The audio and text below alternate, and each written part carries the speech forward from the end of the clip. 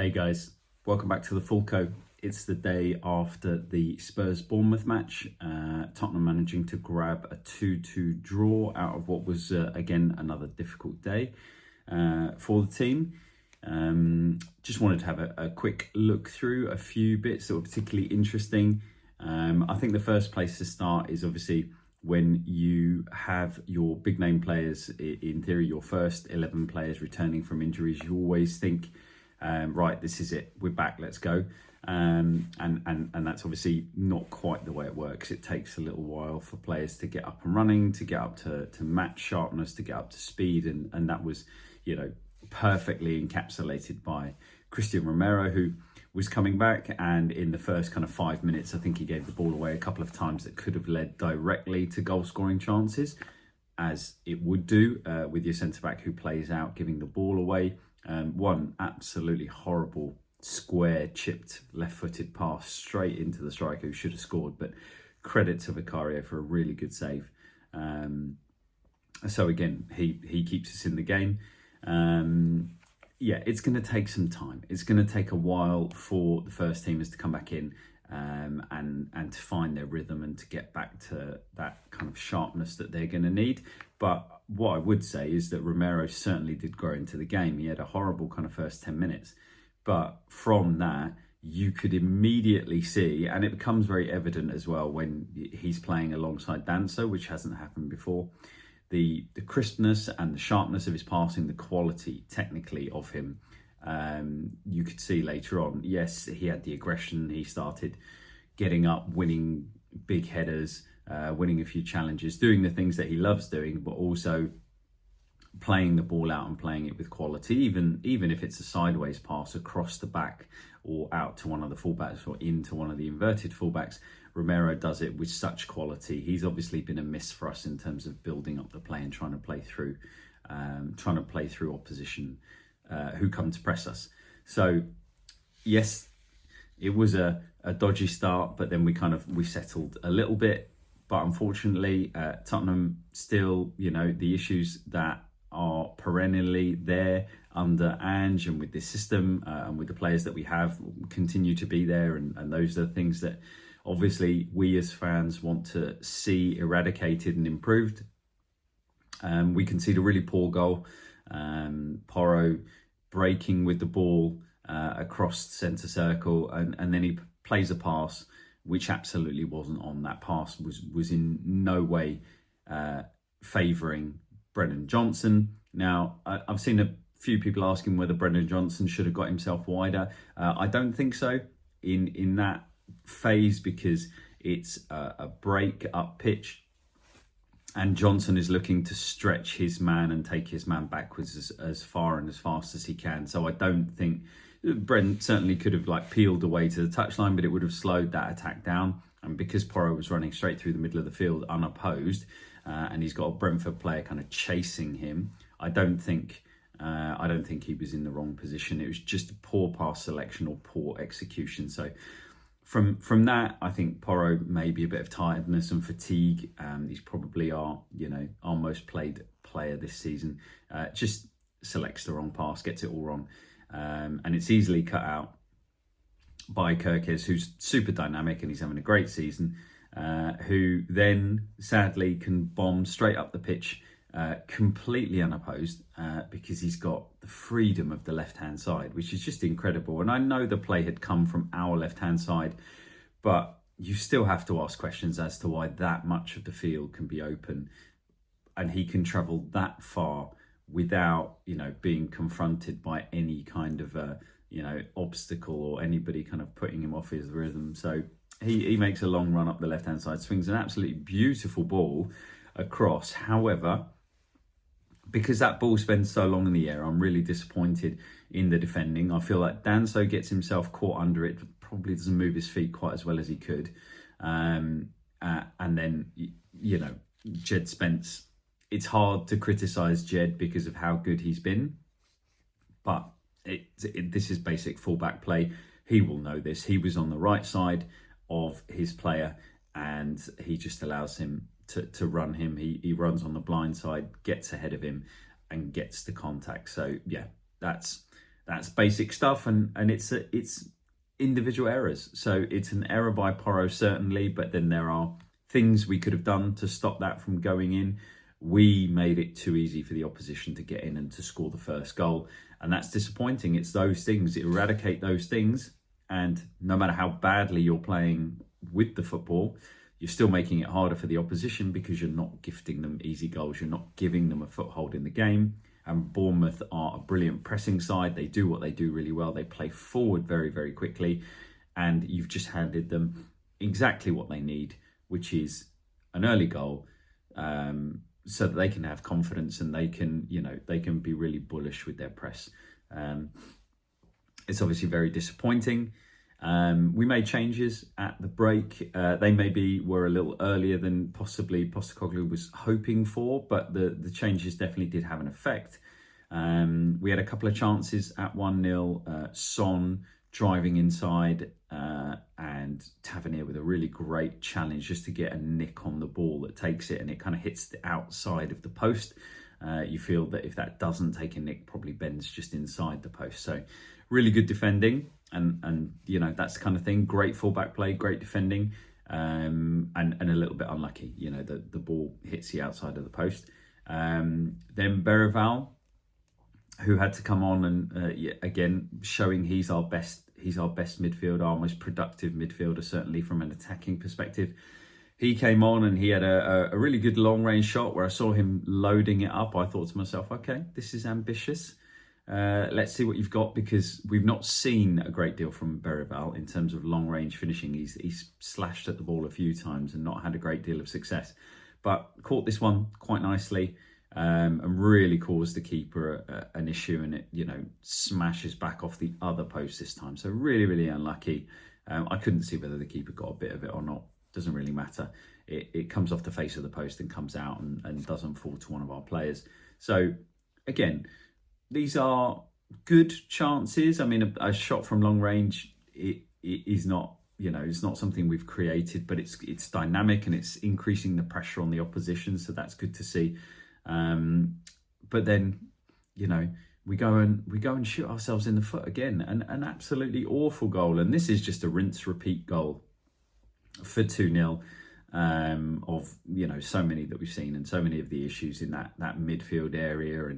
And I've talked about this in other videos in terms of the centre-halves having to step out and that being their role, especially when you play with only one number 6 in a narrow midfield 3. Danso, unfortunately, gets it wrong. So the ball is played across from the Bournemouth left-hand side. It's slid across the middle of the pitch. And I think it's Kluivert does really, really well. He just rolls his man, might have been Berival. Just lets the ball run across him and runs across. And at that point, he's got the freedom of the middle of the park in a really dangerous area where he can pick his passes or have a shot, do whatever he wants. Danso steps out late, doesn't make the decision early. He's not anticipating that ball slides past and gets past the midfielder. And so by the time he does step out, he can't get to the ball. And it's a really, really, really easy little cut pass from Kluivert into Evan-Nilsson.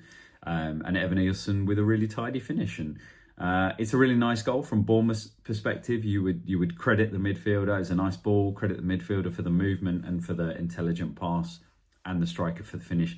But again, all of those things can be dealt with a lot better from us. We've got to secure the middle of the pitch better than we do. We've got to put teams under better pressure so they've not got these easy passes, and we've got to get our timings right. And there's been a few times recently that Danso has shown that, as well as he's done, and he deserves a huge amount of credit for what he's done so far. He's not quite there with this stepping out into midfield role that is expected of the centre half. So he'll work on that, and hopefully that will come. But yeah, we find ourselves 2-0 down, and understandably the fans, the crowd, everyone is upset, and it's here we go again. But this is the point where we deserve a bit of credit. The team deserves a bit of credit for sticking with it and coming back. And Bournemouth are not an easy team. They're a fantastic team. They're battling for top 4. They're not down in the relegation zones battling, which is where we've been. So, credit to them. And we showed a bit of character and a bit of spirit. I definitely think that James Maddison deserves some credit. he came on, and again he was linking the play, progressing the ball, moving the ball forward, and yeah, he played the lovely ball for Son for the penalty. Bit of a gift from Kepa, but thank you for that. But it was a nice ball through. But before that, we had Papsar with his moment, and you know, I was asked on the Oso Spurs stream last night whether Pat meant it, and of course he didn't. It was a cross all day long. There's a really good angle of it from low down at pitch side where you can see him lift his head up. He looks across to where Solanke is, and then he puts his head back down. He doesn't look back up before delivering, and you can see that he's delivering across and gets it completely wrong. But thankfully for us, it kind of flies off probably the top of his boot instead of his instep, and hits the inside of the post. And for once, we get a bit of luck, and it goes in off the post. Nothing the keeper could really do about that one. It's just a bit of a fluke, bit of a freak goal. So okay, we're back in the game, and then, you know, we continue to push. Don't get me wrong, it wasn't brilliant. Bournemouth was still a threat, and their press was still working really well. Credit to them for how much energy they were able to bring across the 90 plus. But as I said, Maddison, lovely ball through, perfectly weighted, and he's shown that he can do this. And Son runs onto it, and there's no reason for Kepa to be coming for that. Son's really going in the wrong direction, but he does. He comes, he takes out Son, and he gives us the penalty, and beautiful penalty from Son. He really did delay and he really did wait, and that's usually not a great sign when a penalty taker takes that long. It means either they're not confident, or, you know, they're working through different scenarios in their brain, as opposed to they fixed on something and they go and execute it, you know, the Harry Kane style penalties. Whereas he's recently missed a pen, you know, because his confidence isn't there, and for him to step up and do this, you know, this horrible little, it's not even a Panenka, it's a, you know, a flat Panenka, just a little scuff down the middle. He's gambled that the keeper is going to go. The keeper did go. And he's just kind of tapped it down the middle. They all count, doesn't really matter, and credit to him, and respect for stepping up, taking the pen, and well done to the team as well, because Solanke went and grabbed that ball, because Bournemouth were getting involved in all sorts of stuff, and when I saw Solanke pick up the ball, I knew it wasn't him going to take it. I knew that he was just drawing the attention. He was drawing the keeper's banter. He was drawing, I think it was Huijsen who was in there, and, you know, their players chattering away and getting involved, all on Solanke, so that Son can just walk straight in and do what he needed to do. So good, glad, delighted, 2-2. We did, you know, we'd earned our way back into the game, and on the balance of it, it wasn't a great performance, and we didn't deserve a victory, certainly, but I feel we did deserve credit for staying in the game and for showing a bit of resilience and for going and getting those goals. It shouldn't be underestimated that there's a lot of the players out there are either very tired or they're just coming back from injury. And so to go and get a result against this very good and this very high-flying Bournemouth team is not the end of the world. It's not what we want. It's not where we want Tottenham to be, and it's not the level of performance we want from Tottenham, trying to, you know, go on a run in the Europa League and win that.